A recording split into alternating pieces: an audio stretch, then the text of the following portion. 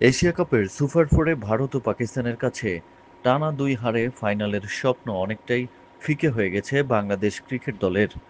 সংযুক্ত আরব আমিরাতে অনুষ্ঠিত এই টুর্নামেন্টে দুর্দান্ত শুরু করলেও সুপার ফোরের কঠিন চ্যালেঞ্জে এসে খেই হারিয়েছে টাইগাররা।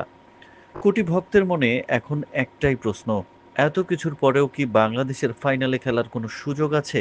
দারুণ আত্মবিশ্বাস নিয়ে সুপার ফোরে পা রেখেছিল বাংলাদেশ টিম, কিন্তু সুপার ফোরের প্রথম ম্যাচে ভারতের বিপক্ষে এবং দ্বিতীয় ম্যাচে চিরপ্রতিদ্বন্দ্বী পাকিস্তানের কাছে হেরে যাওয়ায় পয়েন্ট টেবিলে এখন পর্যন্ত শূন্য হাতেই থাকতে হচ্ছে বাংলাদেশের টাইগার্সদের। এই ২ হারে ফাইনালের পথ বাংলাদেশের জন্য অত্যন্ত কঠিন হয়ে পড়েছে। দুটি ম্যাচ হেরে গেলেও কাগজে কলমে বাংলাদেশের ফাইনালে যাওয়ার সুযোগ এখনো পুরোপুরি শেষ হয়ে যায়নি।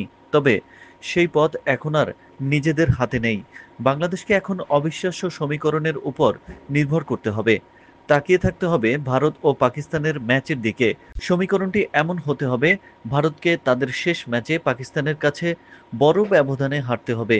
আবার শ্রীলঙ্কাকেও তাদের বাকি থাকা ম্যাচে বিশাল ব্যবধানে হারতে হবে।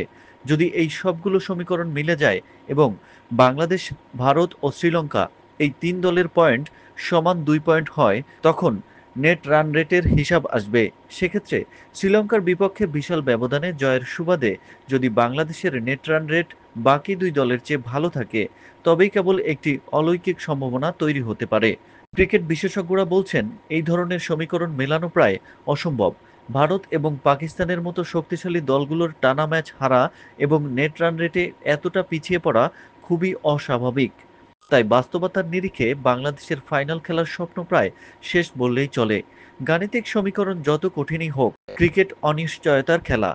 শেষ বল হওয়ার আগ পর্যন্ত কিছুই বলা যায় না। বাকিটা নির্ভর করছে ভাগ্য এবং অন্য দলগুলোর পারফরম্যান্সের উপর।